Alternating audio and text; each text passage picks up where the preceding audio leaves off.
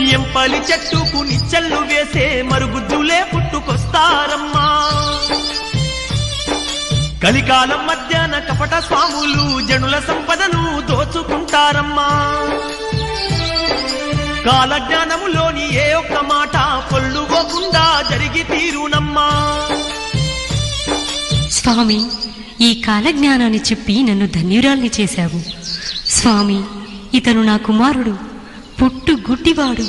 వీనికి చూపునిచ్చి వీడి జీవితంలో వెలుగు ప్రసాదించి మమ్ము ఆశీర్వదించండి స్వామి.